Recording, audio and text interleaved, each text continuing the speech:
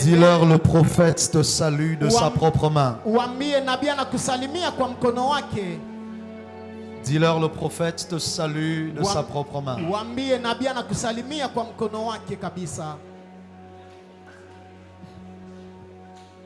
Rassure-toi d'arriver à 10, tu as autorisation de déborder, tu n'as pas autorisation de faire moins.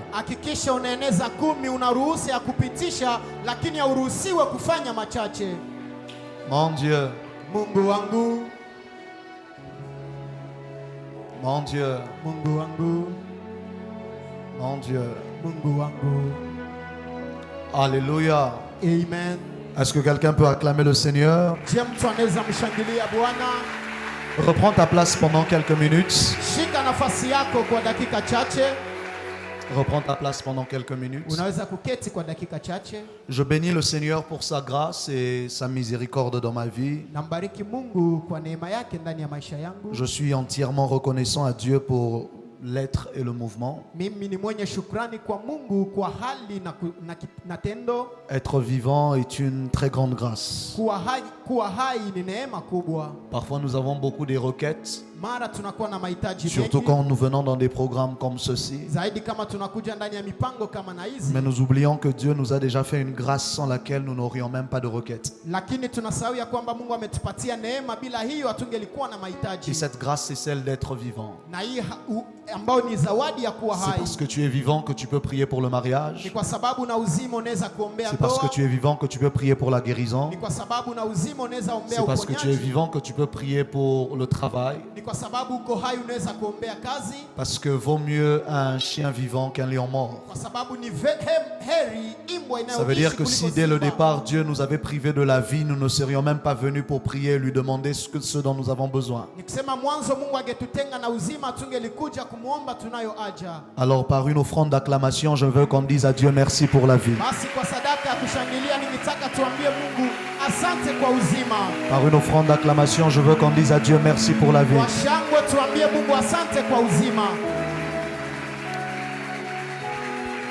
Alléluia. Amen. Tu peux t'asseoir.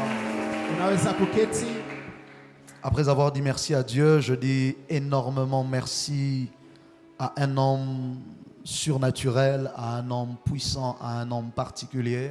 Kisha kuambia Mungu asante, nasema asante kwa mtu ambaye ni mtu mzuri, mtu wa kipekee.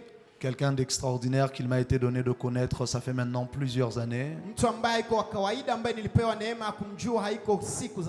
Peut-être déjà 10 ans, je ne sais. Mais depuis le premier jour, j'ai su que c'était pas quelqu'un comme les autres. Dans son cœur brûlait un amour sincère pour Dieu et une passion réelle pour le servir. J'aime sa détermination et son amour pour... Vous savez, il y a des gens comme nous, nous ne sommes pasteurs que des fonctions. Mais de ministère, nous n'avons rien à voir avec le pastoral. Mais lui, quand vous êtes avec lui, vous sentirez cet homme est un pasteur. Alléluia. Amen. Aidez-moi, Église, à célébrer ici la vie de l'homme de Dieu, le pasteur Eric. Il semblerait Grâce Brahimou. Alors qu'on acclame, on célèbre Dieu pour sa vie, pour le don qu'il est pour la ville de Bukavu, pour le don qu'il est pour l'église MPP, pour le don qu'il est pour nous tous ici. Est-ce que quelqu'un peut bien célébrer le Seigneur? Si tu es jaloux, tu es suspect. Nazo kama jalousie kuna nazo batepoani. Est-ce que quelqu'un peut célébrer le Seigneur pour celui qu'on appelle la Prodoc? Avec raison. Alléluia. À côté de lui, bien qu'elle ne soit pas là ce soir, il y a une femme extraordinaire que Dieu a placée à ses côtés. La prophétesse Laetitia Brahimou. Est-ce qu'on peut mettre nos mains ensemble et célébrer la vie de maman? Alléluia. Amen. Alléluia. Amen. J'aimerais dire merci aussi à tous ceux qui travaillent autour de l'homme de Dieu et qui depuis déjà 13 jours, c'est ça, sont en train de permettre l'organisation de tout ce programme. Ça demande beaucoup d'énergie, beaucoup d'efforts, beaucoup de travail. Vous savez, nous organisons ces genres de choses et je peux vous assurer qu'à la fin, on est épuisé à un niveau extraordinaire. Je dis donc à toute l'équipe, merci pour le travail que vous faites auprès de l'homme de Dieu. Merci d'avoir cru en lui. Merci d'avoir cru en sa vision. Merci d'avoir cru en son Dieu. Et j'ai pris que son Dieu, le Dieu de la prise en charge, que lui-même vous le rende au centuple.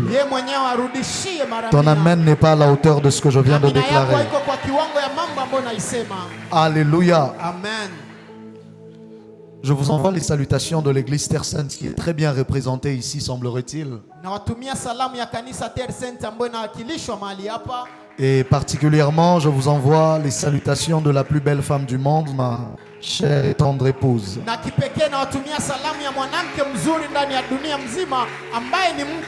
Vous ne pouvez pas douter, vous avez vu les photos.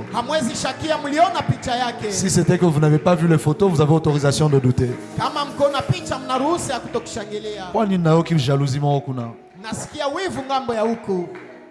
Alléluia. Amen.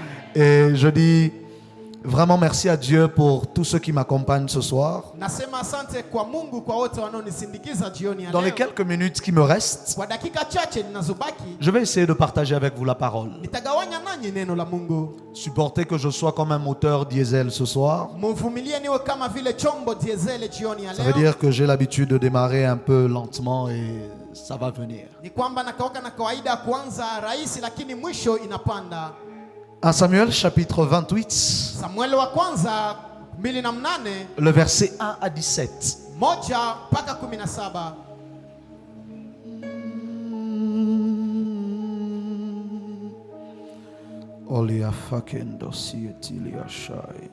Est-ce que vous y êtes? Est-ce que vous y êtes? Amen. Oui, si j'ai un lecteur, je serai heureux, sinon je pourrais lire par moi-même. 1 Samuel chapitre 28, du 1er au 17e verset. Est-ce que j'ai un lecteur? Je vais lire. Le texte est sur l'écran. La Bible déclare: en ces temps-là, les Philistins rassemblèrent leurs troupes et formèrent une armée pour faire la guerre à Israël. Ça veut dire que cette armée avait un objectif clair, précis. Faire la guerre à Israël. Akish dit à David, pour ceux qui ne connaissent pas le contexte, c'est que David était réfugié chez les Philistins pendant une époque. Mais vous n'aurez pas besoin de ça. Akish dit à David, tu sais que tu viendras avec moi à l'armée, toi et tes gens. David répond à Akish, tu verras bien ce que ton serviteur fera. Et Akish dit à David, aussi je te donnerai pour toujours la garde de ma personne. Vous savez, il y a des gens qui parfois vous font des propositions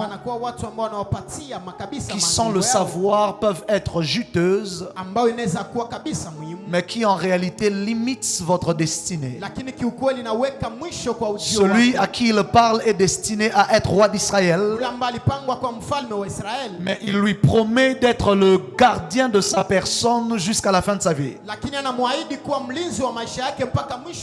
Faites donc très attention aux propositions alléchantes que vous recevez.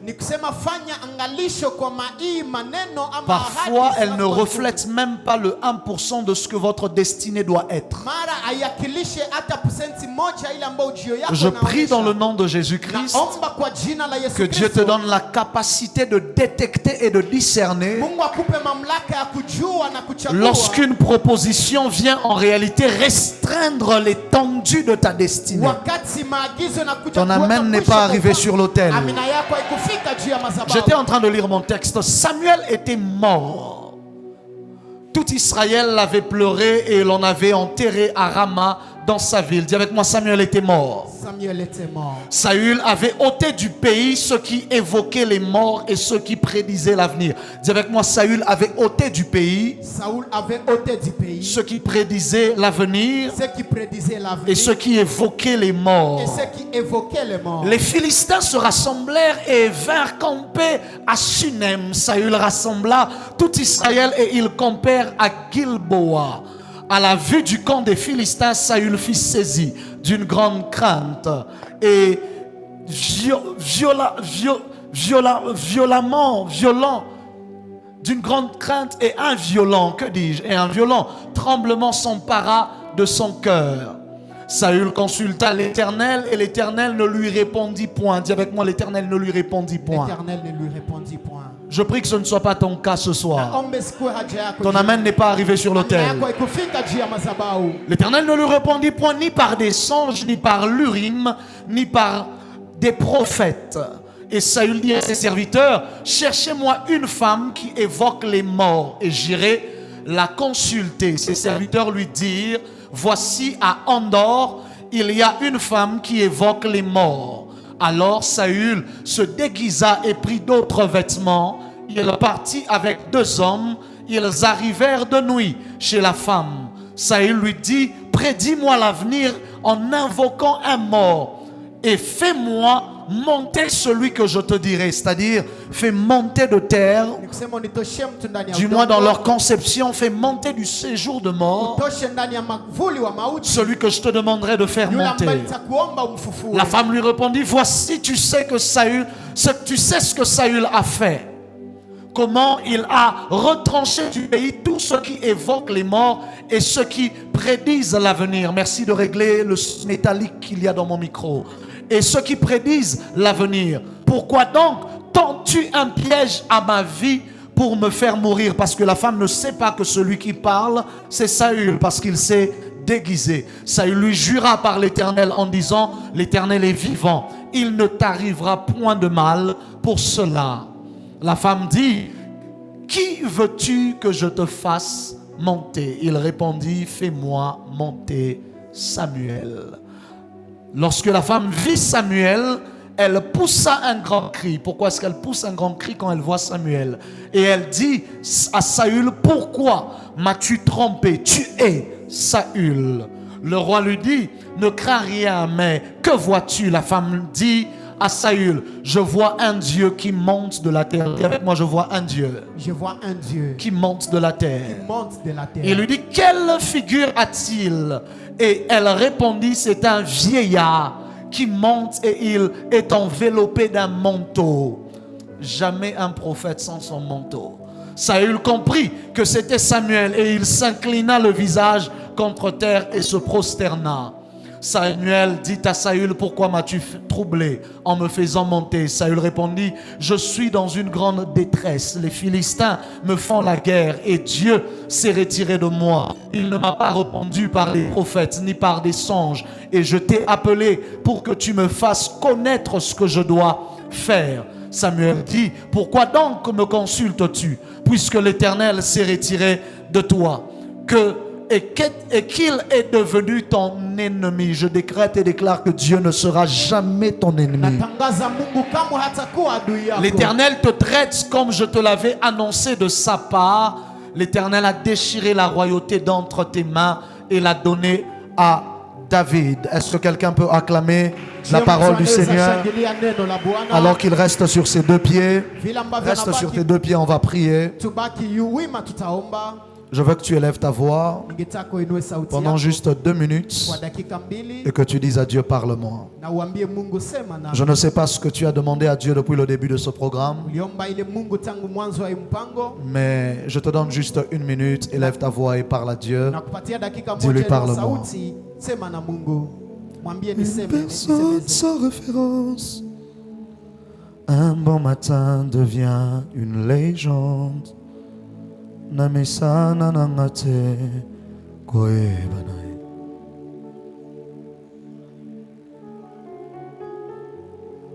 Des courtes prières en public et les résultats sont magnifiques. Sekelenanga koumela na losamboe bale tambronde kevade tosha. Il m'appelait, je le sais. Likabwezo pela katinanga namitsuni po. Dis le plus fort. Yakolo baiser belé. Mais pas d'occasion. Alors qu'est-ce que j'ai fait? Je suis rentré. Poilo balisusu. Il me dit Bombanae Bisika Jézabel Nabatsonae Bamonote Bombanae. Ici il fait quoi? Il me dit Bombana. Oh, Dieu prépare toujours. Bombana. Ici en prière, il me dit cache-toi. Plus fort que ça, Église.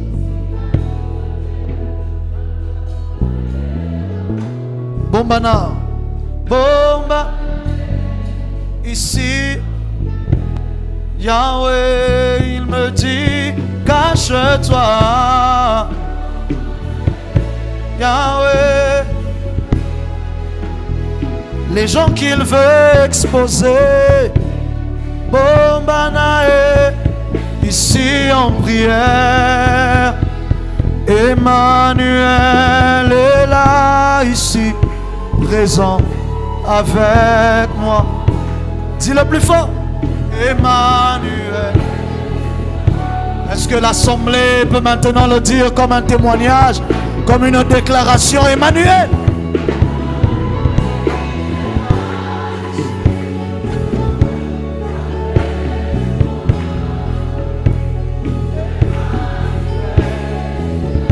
Emmanuel.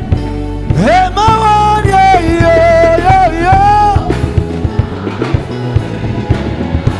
Sharamandele de dosipa. Belli cabrondele che vanamanto obiaga. Sogebrando lo shabande egavis. Belli nombronte adiava. Wekabante ratoma. Emmanuel. Entarane masai.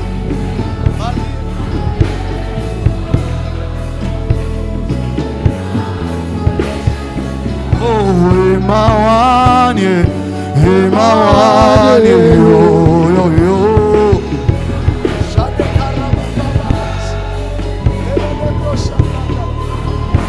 Yonea motuya yo.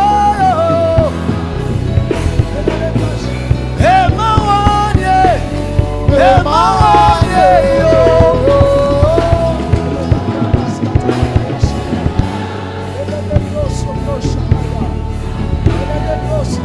Est-ce que tu peux le dire encore? Dis-le encore. Dis-le encore. Dis-le encore. Il y a quelque chose qui s'installe dans la salle. Emmanuel est là. Emmanuel est là. Mon Dieu. Mon Dieu. Mon Dieu. Baratabaya. Shadalakadabaradiasa. Eredebos yataraba. Erebos. Elohim Adonai.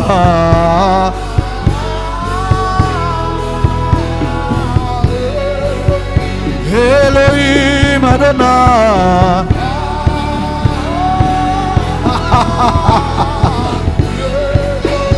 Elohim Adonai. Yahweh.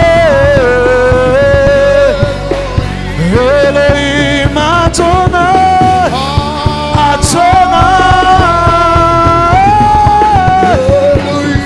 Elohim Adonai. Shadala kabaradia sobronde. Wale barata kaza. Elohim Adonai. Elohim, Elohim, Elohim. Hey,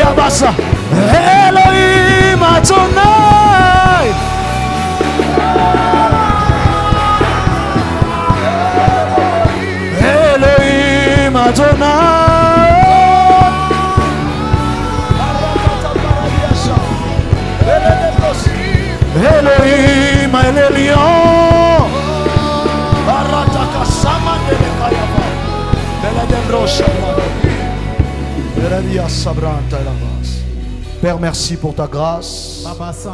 Merci pour ce soir. Merci pour ce jour unique. Merci pour ta gloire répandue en ce lieu. Merci pour tes anges venus pour opérer. Merci car tu es présent au milieu de nous. Je te prie, Éternel, de te servir de moi selon ta fidélité. Qu'il te plaise de toucher ma langue afin que je parle comme toi. Et de toucher l'intelligence de ceux qui doivent t'écouter afin qu'ils reçoivent ce qui vient de ton trône. Laisse que cette parole soit la vérité présente, capable de transformer des cœurs et des vies. Et lorsque nous aurons fini, nous te promettons de te rendre toute la gloire.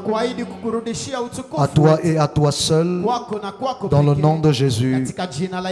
Amen. Acclame glorieusement le Seigneur alors que tu reprends ta place dans la présence de Dieu. Alors maintenant que j'ai utilisé presque tout mon temps, je vais courir. Je te rajoute un dernier texte, c'est notre texte de base que je vais lire moi-même. 1 Jean chapitre 3, le verset 8. La Bible déclare: celui qui pêche est du diable. Celui qui pêche est du diable, car le diable pêche dès le commencement. Le Fils de Dieu apparut afin de détruire les œuvres du diable. Alors je vous pose la question: voulez-vous que j'enseigne ou que je joue? Ce n'était pas rhétorique, j'attends la réponse. Est-ce que je peux enseigner ou bien que je parle juste et puis on part? Vous êtes sûr? Vous allez me suivre? Alléluia. Amen. Lorsque vous lisez ce texte, la tendance est de vouloir sauter automatiquement à la seconde partie du texte,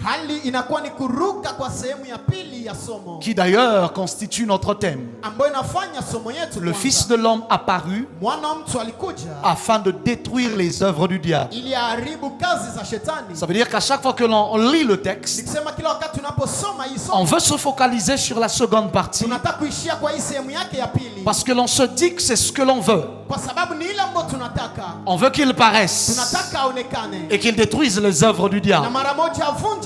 Mais si vous ne lisez pas la première partie, vous ne saurez pas vraiment de quoi il s'agit. Parce qu'au fait, dans le contexte dans lequel Jean est en train de parler dans sa première lettre, principalement dans ce chapitre 3, Jean est en train de parler de la victoire sur le péché. Il est en train de parler du péché qui est une œuvre du diable. Et c'est pratiquement sur cela qu'il commence. Et il conclut, du moins dans ce verset, en disant: car le Fils de l'homme apparut afin de détruire les œuvres du diable. D'ailleurs, ce n'est pas la première fois qu'il utilise cette formule. Il l'utilise bien plus tôt au verset 5. Il dit: or vous le savez, Jésus apparut pour ôter les péchés. Ça veut dire qu'il utilise pratiquement la même formule. Et plus tard, sauf qu'il dit maintenant il apparut pour détruire les œuvres du diable. Ça veut dire je ne peux pas comprendre le verset 8 si je n'ai pas compris le verset 5. Jésus apparut pour ôter les péchés et il n'y a point de péché en lui. Parce qu'au fait, toutes les œuvres du diable dont l'on pourrait parler plus tard se sont succédées dans le monde les unes après les autres et sont entrées dans le monde parce qu'un jour la porte du péché a été ouverte et cette porte a donné accès à toutes les œuvres du diable. Ça veut dire qu'en réalité le problème n'est pas d'abord les œuvres, mais le problème c'est d'abord l'œuvre première qui est le péché. Ça veut dire si je ne règle pas le problème de l'œuvre première qui est le péché, j'aurai du mal à pouvoir dealer avec les œuvres du diable. Le problème encore de l'église aujourd'hui, c'est qu'on a du mal à avoir la victoire sur les œuvres du diable parce qu'on n'a pas encore compris la victoire sur le péché. Le temps me manquerait d'en parler. Mais maintenant qu'on parle de ces œuvres du diable là, à l'intérieur il y a le numéro 1 qui est le péché, la maladie, la sorcellerie, les envoûtements, la magie, l'occultisme, l'idolâtrie et toutes sortes d'abominations. Si vous voulez, on peut détailler encore toutes ces autres choses-là.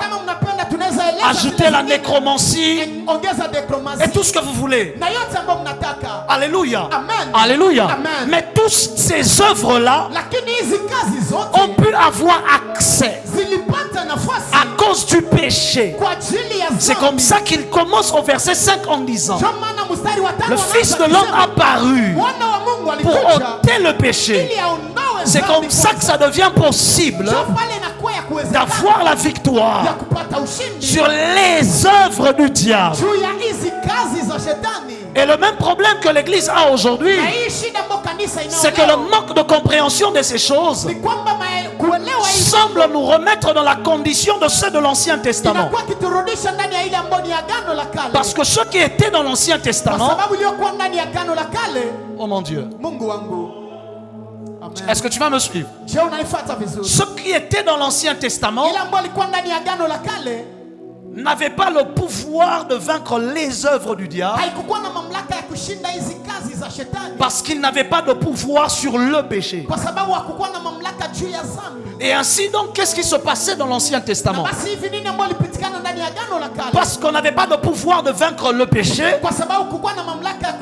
et donc les œuvres du diable après, alors Dieu leur recommandait que lorsque quelqu'un se retrouvait pratiquant des œuvres du diable, de tuer la personne. Ça veut dire, comme je ne peux pas détruire les œuvres, alors je m'attaque à celui qui pratique l'œuvre.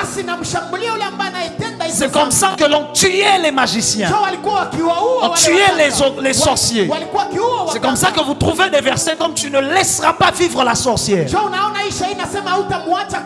Pourquoi il devait tuer la sorcière? Parce que je ne saurais peut-être pas annuler son envoûtement. Je ne saurais pas annuler ce qu'elle aura fait de mal.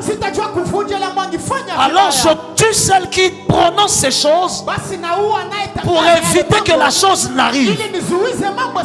Voilà pourquoi vous allez voir que beaucoup de pays qui sont considérés parmi des pays prospères sont des pays qui à une époque de leur existence ont eu ce qu'on a appelé la chasse aux sorcières.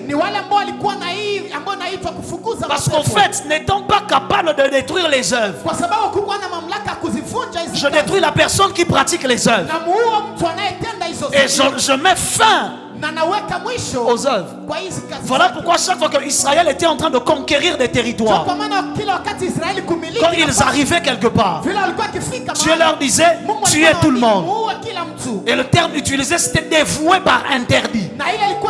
Ça veut dire même les animaux, les bêtes, que tu sois enfant, grand, on détruisait tout. Cela avait plusieurs raisons. Je ne vais pas aborder les autres raisons. Peut-être que l'apôtre Arnold abordera cela. Alléluia. Amen. Mais l'une de ces raisons, c'était de faire en sorte que les œuvres du diable, premièrement, l'idolâtrie soit éradiquée. Pour que Israël qui venait d'arriver sur le lieu ne soit pas victime de ces envoûtements, de l'idolâtrie, de ces enchantements.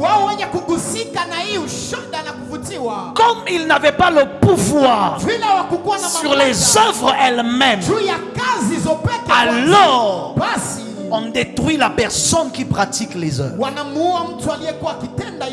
Ça veut dire, par exemple, si je n'ai pas d'antidote pour le poison, je tue l'empoisonneur. Quelqu'un est avec moi? Ça facilite l'équation. Puisque je n'ai pas l'antidote pour régler le problème du poison, alors je tue l'empoisonneur et je suis sûr que plus personne ne sera empoisonné.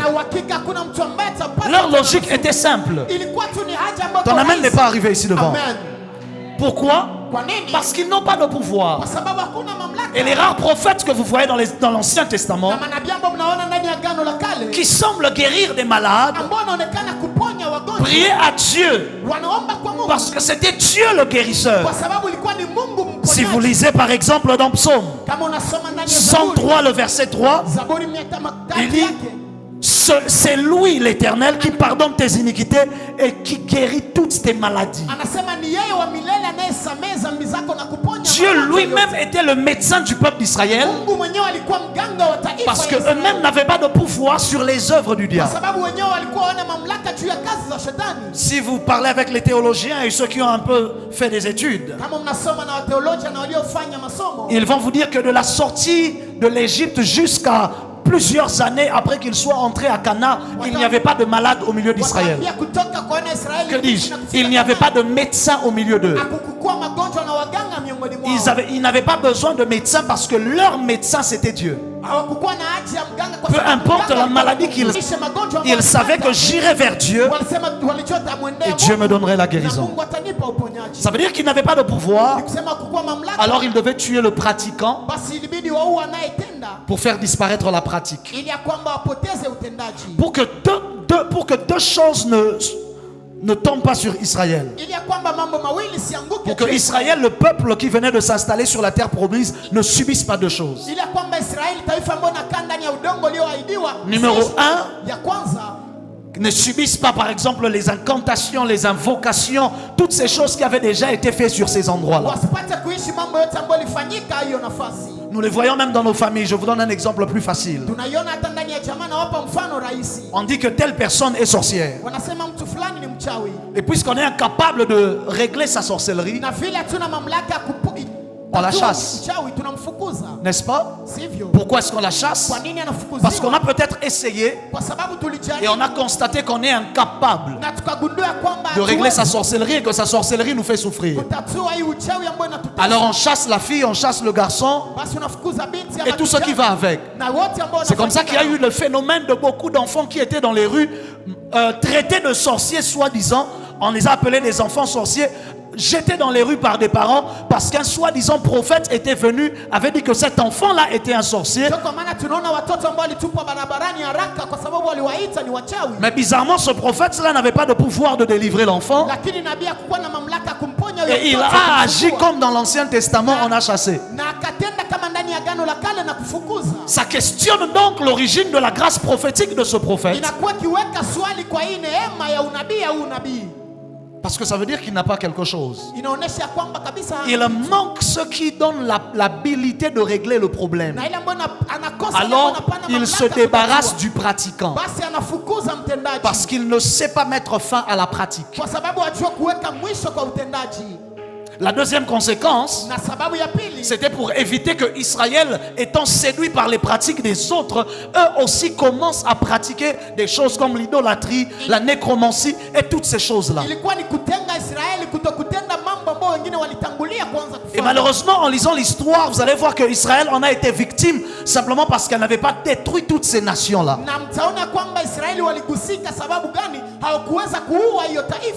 Et donc chaque juge qui venait, chaque roi qui venait pour détruire, tuer, faire la chasse aux idolâtres, aux sorciers.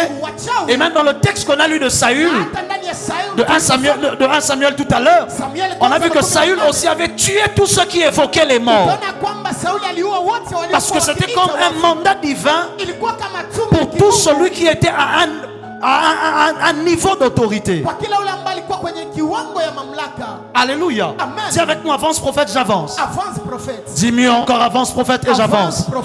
Alléluia. Amen. Cela est causé parce qu'il n'avait pas de pouvoir de régler la chose. Voilà pourquoi Je disais un jour quelque chose. Ce ne sont pas tous ceux qui disent chasser des démons qui chassent les démons. Ce ne sont pas tous ceux qui disent régler les problèmes qui règlent les problèmes. Vous avez un problème dans la maison, quelqu'un est stérile et vous consultez quelqu'un qui n'est pas de Dieu et qui part et vous dit non, c'est un esprit. On va faire ça, on va faire ça, on va faire ça, ça va aller. Vous pensez qu'il a chassé l'esprit. Parce que pour chasser quelqu'un, il faut avoir le pouvoir de le chasser. Or, même dans l'Ancien Testament, personne ne chasse les démons. Aucun prophète dans l'Ancien Testament ne chasse les démons. Parce que même les prophètes de l'Ancien Testament n'avaient pas le pouvoir de chasser les démons. Dis avec moi, avance prophète. Et il y a quelqu'un qui a dit, mais David a chassé le démon. Je lui ai dit, relis ta Bible. David n'a chassé aucun démon. Numéro 1, tout ce que David a fait, c'est jouer la harpe. Et on dit l'esprit se retirait. Il n'était pas chassé. Numéro 2, cet esprit n'était pas un démon. C'est un esprit venu de Dieu. Les démons ne viennent pas de Dieu. Qui connaît l'histoire dont je parle? De Saül qui est possédé par un esprit venu de Dieu, agité, dérangé par un esprit venu de Dieu. Et David jouant de la harpe, l'esprit partait. Mais il n'était pas chassé parce qu'il n'avait pas le pouvoir. Et il n'était pas un démon parce qu'il ne venait pas des enfers. Il venait de Dieu, même s'il était un mauvais esprit. Parce que tout mauvais esprit n'est pas un esprit impur.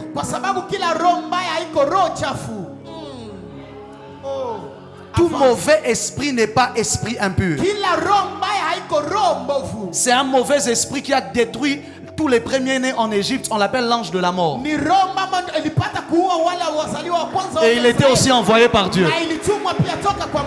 Vous pensez que l'ange de la mort c'est un bon esprit? Il n'apporte rien de bon. Si tu le rencontres, tu sais que la mort, ça veut dire qu'il est mauvais, mais il n'est pas impur. Il est saint parce qu'il vient de Dieu, mais il est mauvais parce que les résultats qu'il produit sont catastrophiques. Écoute-moi, il est plus facile de régler un problème d'un esprit de démon que d'un esprit venu de Dieu. Je préfère que tu sois victime d'un démon parce que tu peux appeler quelqu'un, il va le chasser. Mais que d'un esprit venu de Dieu, tu vas les chasser au nom de qui? Le nom de Jésus par lequel tu vas le chasser, c'est ce Jésus-là qui l'a envoyé. Alléluia. C'est comme ça que quand David jouait juste la harpe, parce qu'il adorait Dieu et qu'il invitait la présence de Dieu, l'esprit se retirait de Saül. Mais il n'était pas chassé parce qu'il revenait quand on arrêtait de jouer. Et il revenait de temps en temps, encore et encore. Ça veut dire que donc dans l'Ancien Testament, personne n'avait le pouvoir de chasser les démons, parce que le péché n'était pas vaincu. Alors ça veut dire tout cela maintenant dont je parlais, qui disent chasser les démons, oh la stérilité, mais c'est parti, j'ai aussi eu un enfant. Non, il y avait eu tel problème, mais ça s'est vraiment arrangé. Non, je suis allé dans telle autre religion là, on m'a vraiment aussi aidé. J'ai fait ça, ça a marché. On n'a pas chassé l'esprit, parce que les esprits ne sont pas bêtes. Votre problème, c'est que vous pensez que vous êtes plus intelligent et que les esprits ne sont pas intelligents. En fait, nos ancêtres et tous ceux qui vivaient sans avoir connu le Seigneur, parce qu'ils n'avaient pas le pouvoir de chasser les esprits, alors ils faisaient des contrats avec les esprits. Ça veut dire par exemple un esprit de folie attaque ma fille. Je vais chez un soi-disant féticheur, un moufoumou, tout ce que vous voulez. Il me dit, tu vas faire ça, ça, ça, ça, ça. En réalité, là, tout ce qu'il me demande de faire ne chasse pas l'esprit. Mais c'est comme une diplomatie. Parce que quand je n'ai pas le pouvoir de vaincre une bataille par la guerre, alors je peux m'entendre par des moyens diplomatiques. À chaque fois que deux royaumes sont en guerre, il y a deux issues. Le plus fort a la victoire. Mais si je suis faible, ce que je fais rencontrer, je lui dis, qu'est-ce que tu veux? Non, moi je veux ça, je veux ça, je veux ça. Je lui donne ce qu'il veut pour que lui libère ma fille. Vous comprenez maintenant ce qui se faisait? Ça veut dire qu'en réalité, ce n'était pas par autorité que les problèmes étaient réglés, mais c'était par diplomatie. Mais donc, à chaque fois que vous voyez l'esprit partir et que la fille n'est pas plus folle, il ne s'agit pas de se réjouir, mais de se poser la question, qu'est-ce que l'esprit a demandé? Parce que s'il est parti, donc il a eu quelque chose d'autre. Parce que le monde spirituel est un monde commercial. C'est le monde des échanges. C'est le monde de transactions. Donc, si vous lisez votre Bible, la Bible déclare que Lucifer, il s'est corrompu à cause de son commerce. Ça veut dire, ce que les esprits font, c'est le commerce. Ton amen n'est pas arrivé. Il te dit, qu'est-ce que toi tu cherches? Le commerce, c'est quoi? De manière basique, le commerce a commencé avec le troc. Ça veut dire, moi j'ai un peu de sel, mais toi tu as de l'huile. Je te donne un peu de sel, tu me donnes de ton huile.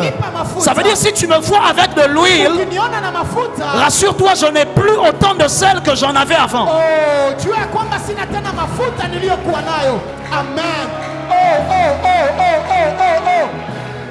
Ça veut dire, si tu me vois avec quelque chose de nouveau, ça veut dire qu'il y a quelque chose d'autre que j'ai perdu. Et c'est ainsi que des familles ont réglé les problèmes de stérilité, mais ont récupéré des problèmes de folie. Ont réglé les problèmes de folie, mais ont récupéré les problèmes de pauvreté. Ont réglé les problèmes de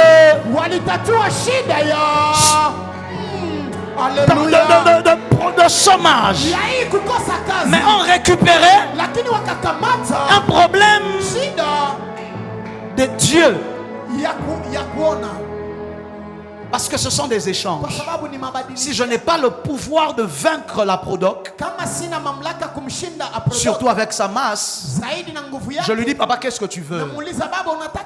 Oh non, fais ça et fais ça. Et c'est comme ça que ça passait toujours par des rituels. Vous étiez avec moi ici quand il y a eu le volcan à Goma.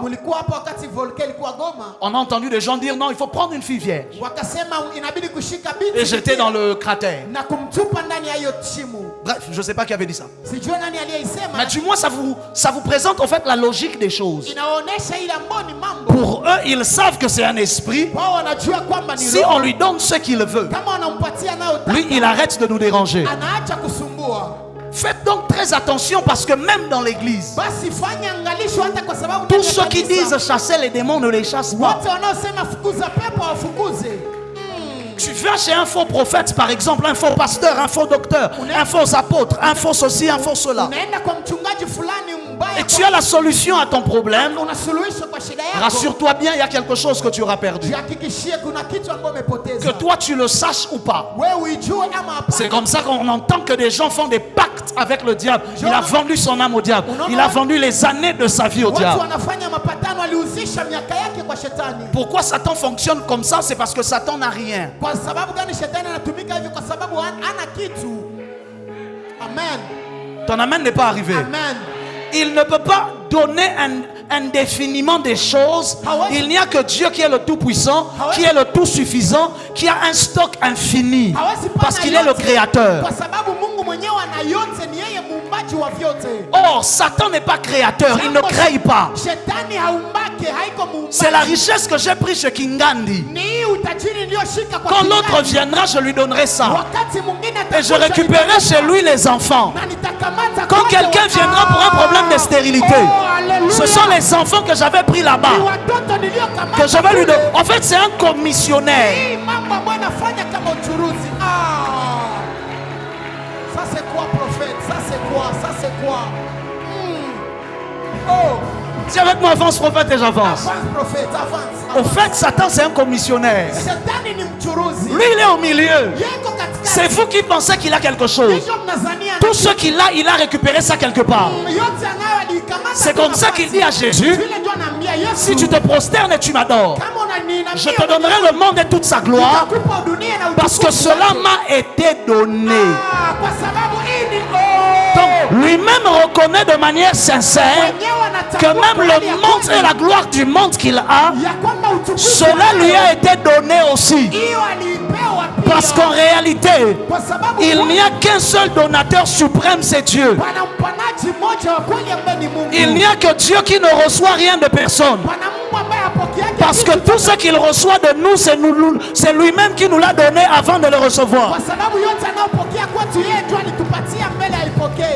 Ton amen n'est pas arrivé. Ton amen n'est pas arrivé. Quelqu'un est avec moi jusque-là? Il dit, parce que cela m'a été donné. Donné par qui? Par Adam.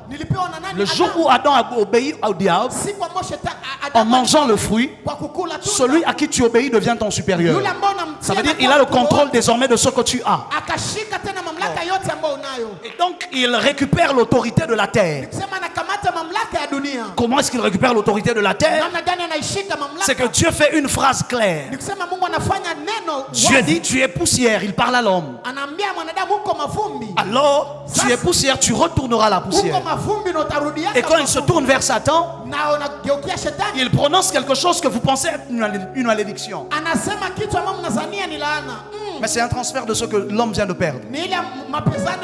Il dit: tu es le serpent. Tu ramperas désormais sur la terre et tu mangeras la poussière de la terre. C'est qui la poussière de la terre? Il venait de dire que c'est qui la poussière de la terre. Il se tourne vers l'homme et il dit: tu es poussière, tu retourneras la poussière. Il tourne vers Satan, il dit: tu mangeras la poussière. C'est qui la poussière? Alléluia. C'est qui la poussière? Oh, vous avez peur de répondre. C'est Adam. Yo, attends la classe au banda ko bonga ko répondre. C'est qui la poussière? C'est l'homme, non?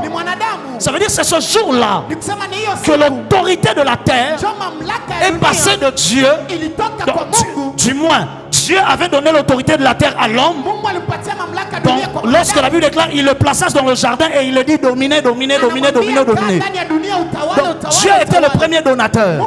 Il a pris l'autorité de la terre, il donne à l'homme. Lorsque l'homme pêche, l'autorité passe de l'homme vers Satan. Oh, amen. Amen. C'est comme ça que quand Christ vient, il ne doit pas se focaliser sur les œuvres. Il doit se focaliser sur l'œuvre, qui est d'abord le péché. Parce que si je ne règle pas le problème du péché, la domination ne retourne pas chez l'homme.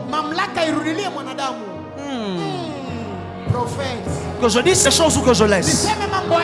Ça va être un peu plus compliqué. Que je dise ces choses ou que je laisse? Avance, prophète. Alléluia. Amen. Parce qu'au fait, le problème du péché, c'est que Dieu ne peut pas seulement descendre et dire: je vous pardonne. Ça ne marche pas comme ça. Le mot pardon n'a pas de sens en lui-même dans le monde spirituel. Parce que l'âme qui pêche, c'est celle qui mourra. Parce que le salaire du péché, c'est la mort. Et la loi est dure, mais c'est la loi. Et malheureusement, les gens pensent que la loi est abolie, je ne sais pas moi comment. Non, non, non. Christ dit: je ne suis pas venu abolir la loi, je suis venu l'accomplir. Parce que tu ne peux pas abolir une... Qui es-tu et quel pouvoir as-tu pour abolir quelque chose que Dieu a prononcé dans sa bouche? C'est éternel. Ça a la nature de Dieu, c'est la parole, c'est éternel. C'est comme ça que Jésus dit: le ciel et la terre passeront, mais aucun iota de de ce livre de la loi, aucun iota de ce commandement ne passera. La solution, ce n'est donc pas de l'abolir, mais de l'accomplir. Alors comme il a péché, et que le salaire du péché, c'est la mort, la mort doit tomber quelque part. C'est comme ça que lorsque Adam pêche, Dieu descend et dit, mais où es-tu? Il dit, non, je me suis caché. Il dit, mais pourquoi tu te caches? Il dit, je suis nu. Dieu dit, qui t'a dit que tu es nu? Dieu ne dit pas comment tu es nu. J'ouvre une parenthèse. Dieu ne dit pas comment tu es nu. Dieu dit qui t'a dit que tu es nu. Ça veut dire que Dieu n'est pas plus préoccupé par l'information. Il est plus préoccupé par qui te donne l'information.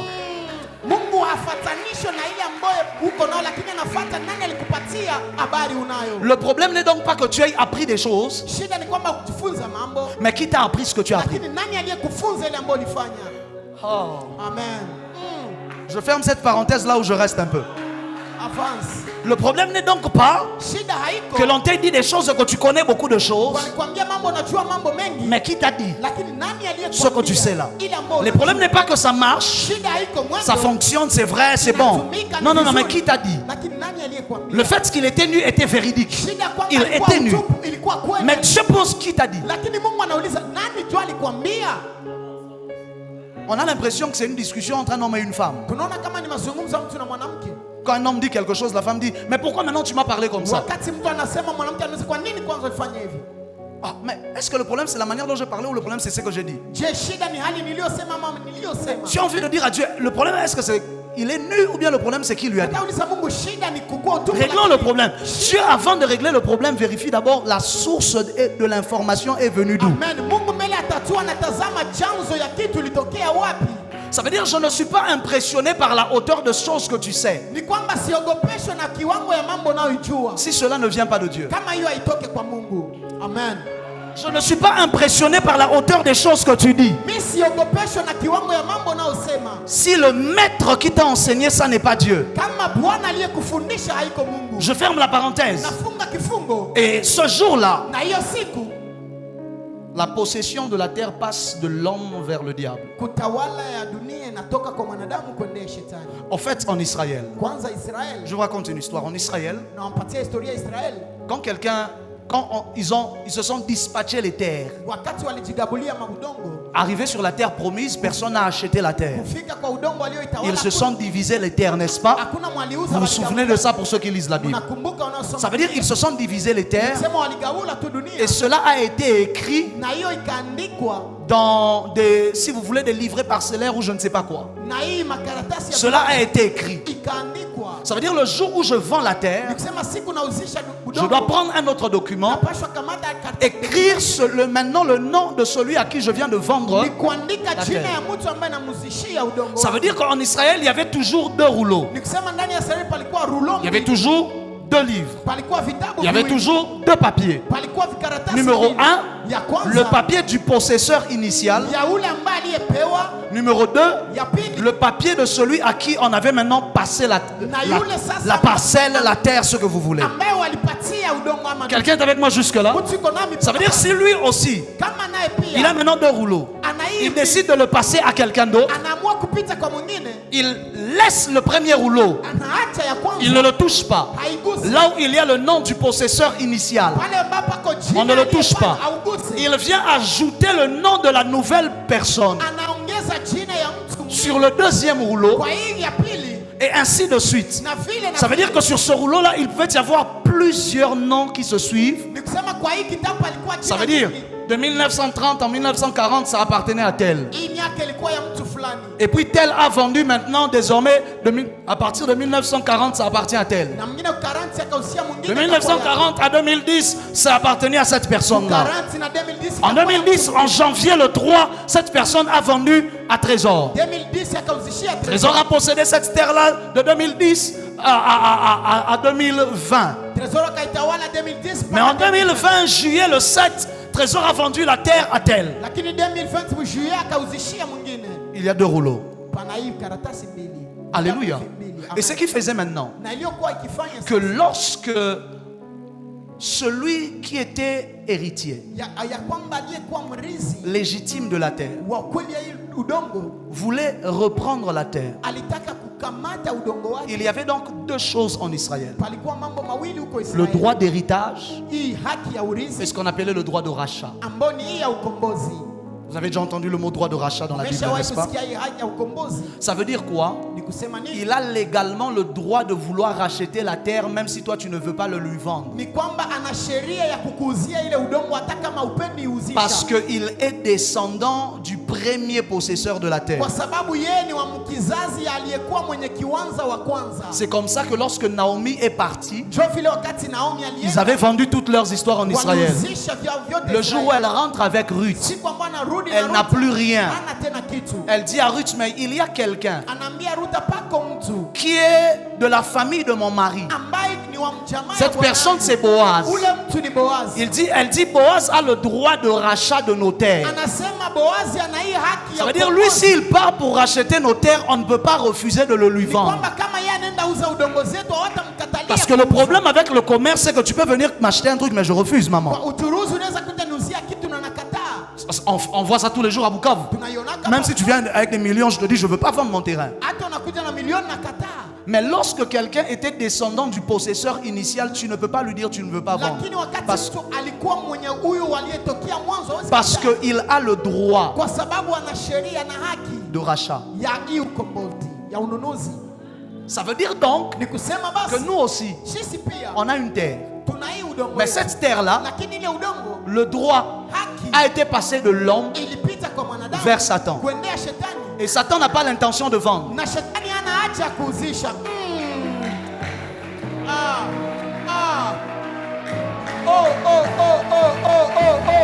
C'est fort. Il n'a pas l'intention de vendre. Oh mon Dieu. Est-ce que je peux prêcher maintenant un peu? Ça veut dire maintenant que bon, la seule solution, c'est de trouver un héritier, un fils du possesseur initial. C'est comme ça que le Fils de Dieu a quitté le ciel. Il est venu sur la terre parce qu'il est le Boaz qui a le droit de rachat. Alléluia, alléluia.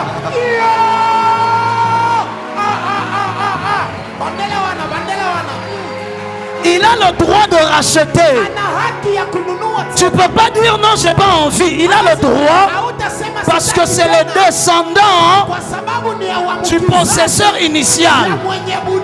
Et maintenant, tellement que la terre était peut-être passée entre les mains de beaucoup de gens, on pouvait ne plus savoir qui est le possesseur initial. Mais c'était ça le but. C'était ça la fonction du premier rouleau qu'on n'ouvrait pas. Parce que dans le premier rouleau qu'on n'ouvrait pas là, c'est là qu'il y avait le nom du possesseur initial. Ton amen est arrivé. Ça veut dire on vérifie la liste du deuxième rouleau. On dit bon, d'accord. Mais il faut qu'un héritier digne puisse venir ouvrir. C'était le seul. C'est comme ça que dans Apocalypse chapitre 5, il y a une réunion dans le ciel. Il y a une réunion dans le ciel. Et il y avait un livre qui était scellé en dehors et au dedans, que personne n'était digne d'ouvrir.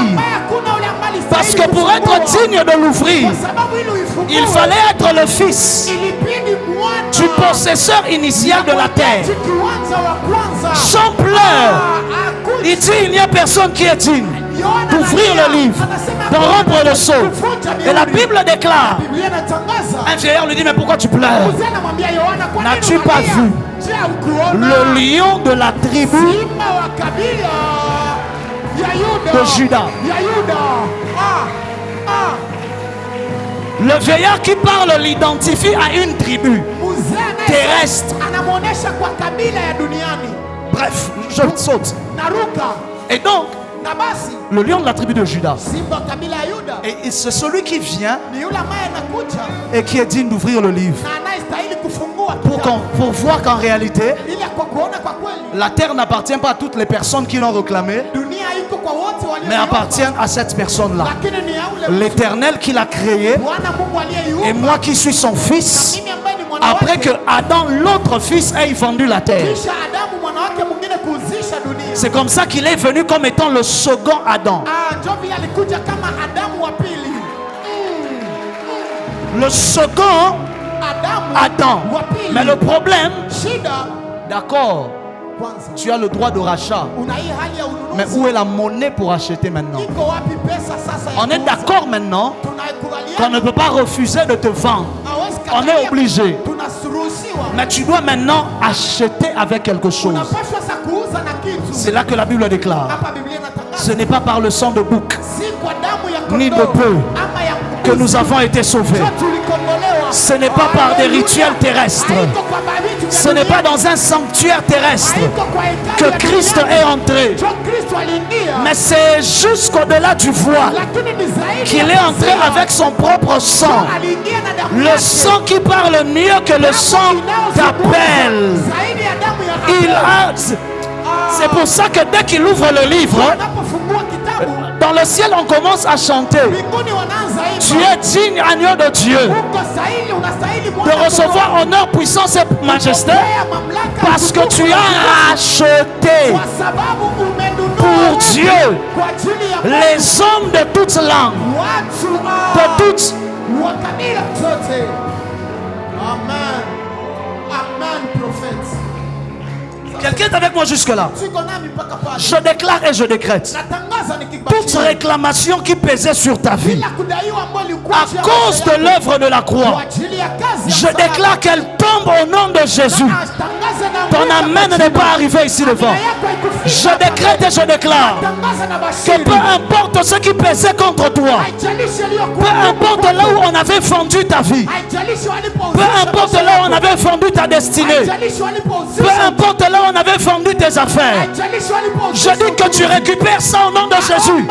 Papa Chou, je dis tu récupères ça au nom de Jésus. Je déclare sur les 60 premières personnes qui s'aiment dans cette parole, je dis les 60 premières personnes qui s'aiment dans cette parole, je dis tu récupères ce soir tout ce qui t'avait été arraché, tout ce qui avait été vendu par le grand-père, tout ce qui avait été vendu par la grand-mère, tout ce qui avait été vendu par le DG, tout ce qui a été vendu par un chef d'État, tout ce qui avait été vendu dans ta famille, je décrète et je déclare par l'autorité du Christ, tu récupères au nom de Jésus. Je dis tu récupères au nom de Jésus. Je dis tu récupères au nom de Jésus. Parce que celui qui a le droit de rachat a donné de sa vie comme le prix. Tu as le droit de réclamer ce qui est à toi. Satan n'a pas le droit de te réclamer parce qu'il a reçu la rançon. Satan n'a pas le droit de te réclamer parce que le prix a été payé devant le juste juge qui est Dieu. Alléluia. Je déclare et je décrète dans le nom de Jésus-Christ que partout où ta vie avait été bloquée à cause d'une réclamation, parce qu'un esprit s'est levé pour dire moi j'avais donné à cette famille telle chose, c'est comme ça que j'ai pris les enfants, ils ne peuvent pas enfanter parce qu'un jour leur ancêtre était venu demander, ils ne peuvent pas prospérer parce qu'un jour quelqu'un était venu demander l'argent, je lui avais donné l'argent mais j'avais ravi la prospérité de tous les autres. Ils ne peuvent pas servir Dieu. Parce qu'un jour, quelqu'un qui cherchait des enfants était venu ici. Je lève ma main droite. Alors que nous sommes devant l'autel de la croix, je décrète et je déclare que ce qui est à toi te soit rendu. Que tout ce que Dieu avait prédestiné, programmé, arrangé pour ta destinée, que cela te soit rendu. La gloire du ministère que tu devais avoir, je dis que cela te soit rendu. La gloire du mariage que tu devais avoir, ton mariage ne devait pas être comme ça. Ton mariage ne devait pas être un mariage de malheur. Mais quelqu'un avait vendu les mariages. J'en appelle à celui qui nous a rachetés. Je dis ton mariage a été racheté. Tes affaires ont été rachetées. Ta destinée a été rachetée. Tout ce qui est à toi a été racheté. Tu es en train de voir tes enfants. Ils sont en train de se détruire. Tu pleures. Tu dis Seigneur, pourquoi mes enfants? J'en appelle au pouvoir du rachat. Je dis que tes enfants te soient rendus. Tu ne feras plus de fausses couches. Cet esprit qui réclamait le sang dans ta famille, je dis il ne boira plus le sang de votre famille. La qualité de ton amen m'énerve. Je dis il ne boira plus le sang de votre famille. Plus personne n'aura le goût du sang de ta famille dans sa bouche. Que le sang de ta famille devienne un poison pour tout celui qui essaye de s'en approcher. Par l'autorité et le pouvoir qui m'a été donné, je déclare et décrète. Je dis tu es libre. Je dis tu es libre.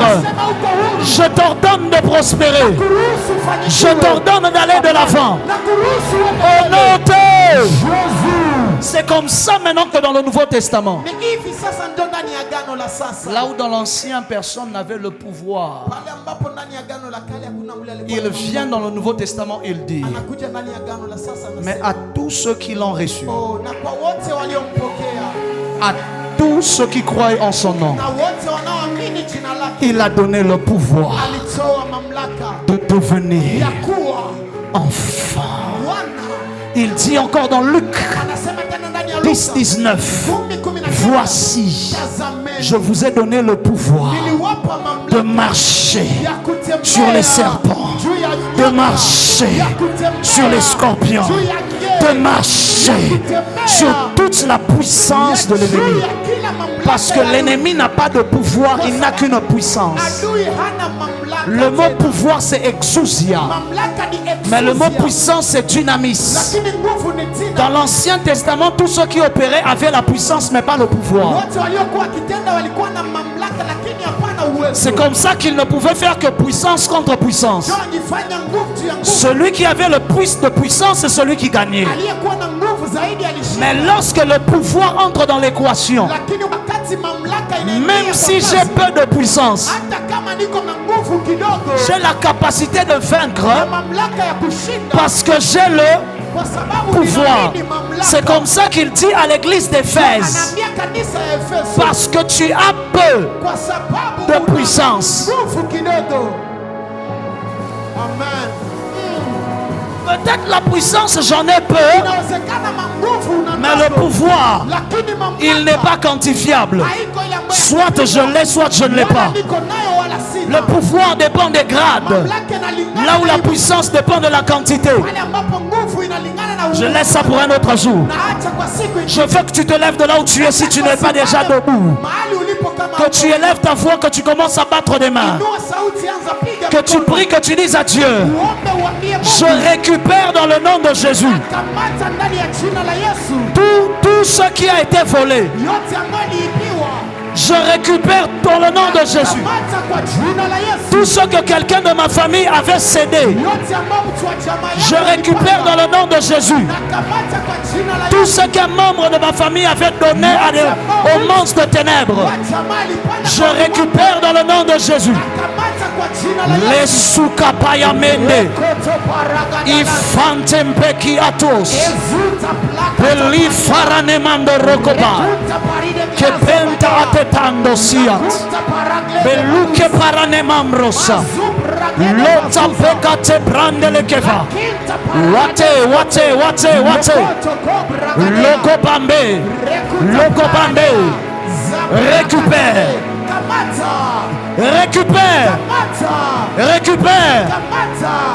récupère. Chatapra Lekotoprokosia Wali Efatela. Take back what the devil has stolen.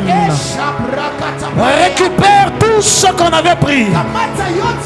Peu importe qui avait cédé cela. Peu importe qui avait donné cela. Récupère tout ce qui avait été pris. Shodali et Mamrodelea. Weke baradea sonde.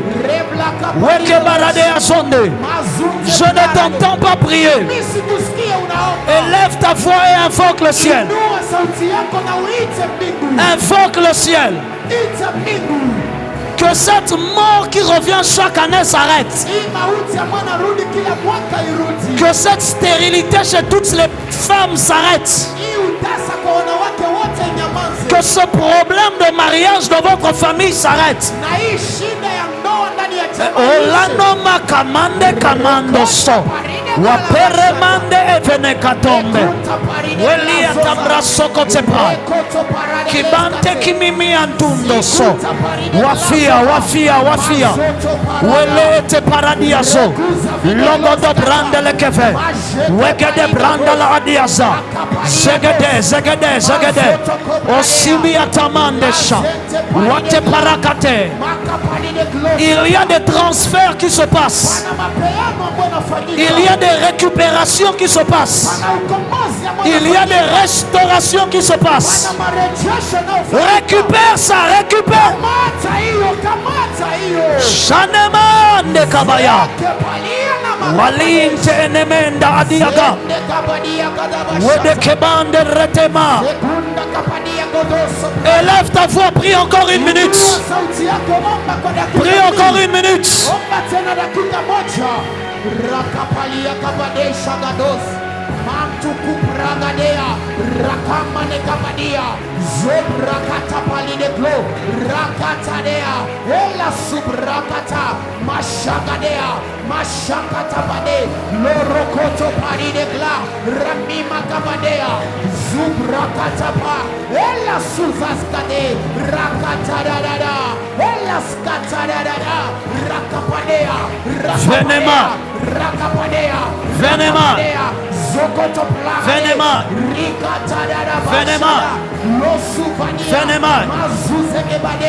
Sondali. Au nom de Jésus. Le temps est passé. Je te donne un dernier sujet de prière. Tu vas dire à Dieu: je réclame l'autorité des fils de Dieu qui est à moi. Je refuse de parler et les démons se moquent de moi parce qu'on estime que ma voix n'a pas d'autorité. Dis à Dieu: je refuse de déclarer et de prier, et quand moi je parle, c'est comme si rien ne se passe. Quand moi je prie et ensuite je dors, je vois que les sorciers se moquent. Dis: je ne suis pas n'importe qui, je suis un fils de Dieu. Donne-moi l'autorité qui est à moi. Je réclame l'autorité qui est à moi dans cette semaine, afin que tout ce que je dirai se fasse. Quand je parlerai, que les chefs coutumiers de notre famille tombent. Quand je déclarerai que ceux qui tiennent les calebasses qui emprisonnent les gens de notre famille tombent. Quand je déclarerai que la tante qui avait le pouvoir de dominer tout le monde dans la famille tombe. Et que le pouvoir change de main, que ça revienne chez moi. Tu ne peux pas laisser la tante, la sorcière, être celle qui décide qui peut voyager dans la famille et qui ne va pas voyager. Tu ne peux pas laisser un vieux papa de je ne sais où être celui qui décide qui va prospérer, qui ne va pas prospérer. Si quelqu'un voyage sans lui dire, il dit, ah, toi tu as voyagé, tu ne m'as pas dit, tu vas voir. Ah, toi tu es qui?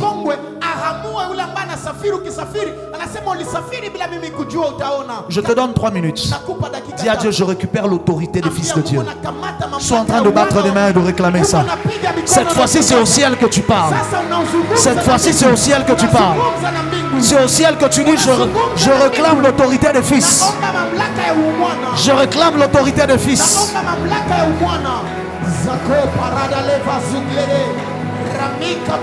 You can pray better than that. You can pray better than that. You can pray better than that. Tu peux prier mieux que ça. Olefai, Elish Atema, Beli et Kavane Ata. J'entends des chaînes se briser. Je vois des libérations se faire.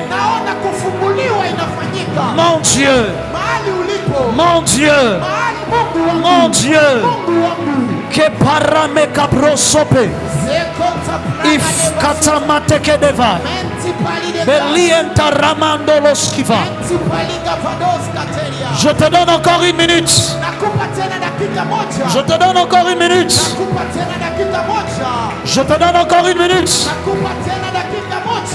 Le sopa reva rike locos caparadia welepra sate para waki parade.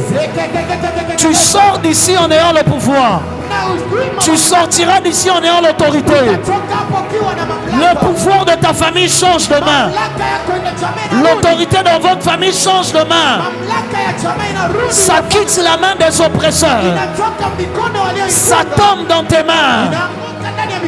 Rato, Lokipa, Esipa, Eftalakane, Weika, Ekesute, Siparadevai, Lekosoporodiosa, Wali Etebreshate, Lekedebrasute, Mali Etabrando.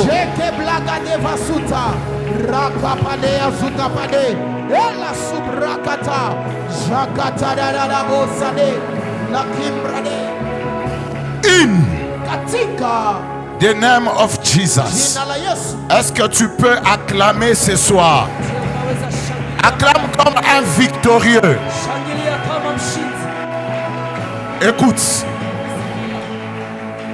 Bien-aimé, écoute ceci. Tu sais que chaque victoire commence déjà par la vérité que l'on connaît. La Bible déclare dans Jean au chapitre 8 le verset 32: vous connaîtrez la vérité et la vérité vous affranchira.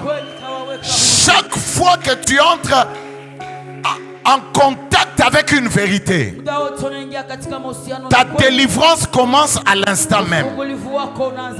Je ne sais pas si ce soir j'ai en face de moi des Boaz. Alléluia. Mais rassure-toi quand même. Je vais faire un petit commentaire qui va te permettre d'aller à la maison. Vous savez, ce qui est étonnant, c'est que l'église du Seigneur continue à vivre comme des esclaves alors qu'ils sont des héritiers. Vous savez pourquoi cette réalité? L'apôtre Paul est en train de le dire dans Galates au chapitre 4 le verset 7. Écoute ce que les amis de la technique, s'il vous plaît. Émile, dites à celui qui a la technique.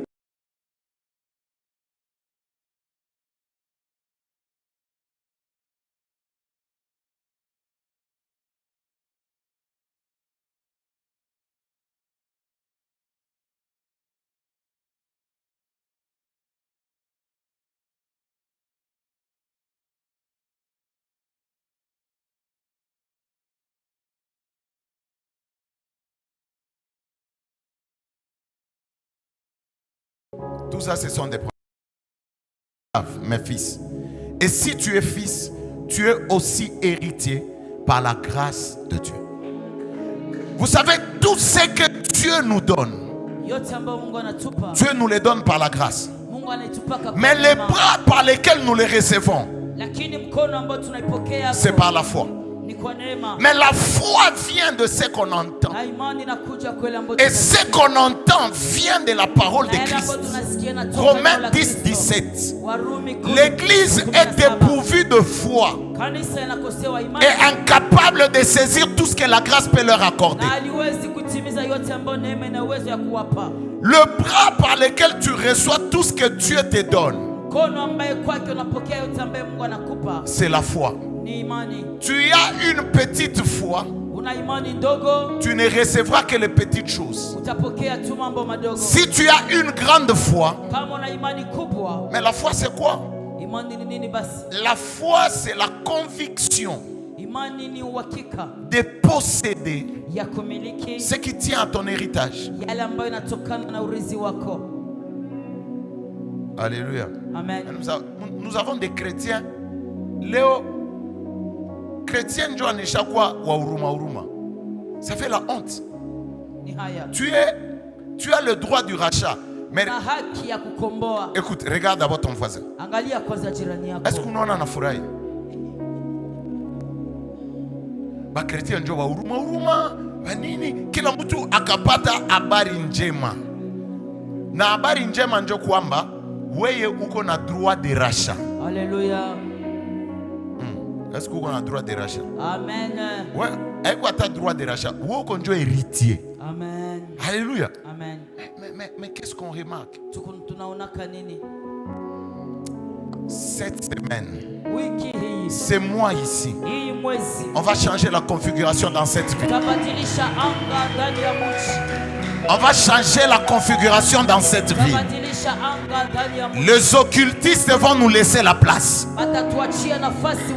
Oh, ton amen n'est pas en train d'arriver. Vous savez, aujourd'hui, il y a des dames qui commencent à aller faire des incantations. On a bon, le temps a suffisamment dépassé. Si tu es venu en retard et que tu n'as pas donné ton offrande, viens très rapidement. Et viens donner ton offrande. Sinon, on se tient debout. Les autres commentaires, on va dire ça après. Amen. Alléluia. Amen. Alléluia. Amen. Si tu n'as pas encore donné ton offrande, welcome. Alléluia. Amen. Cette semaine, viens. Vous savez, Dieu nous a fait grâce d'avoir, je vous avais dit, le meilleur prédicateur de la ville. Je vous avais dit. Alléluia. Amen. Tu sais, dans le sacerdoce, on nous a toujours dit, la grâce que tu célèbres, c'est celle qui vient vers toi. Vous voyez comment il a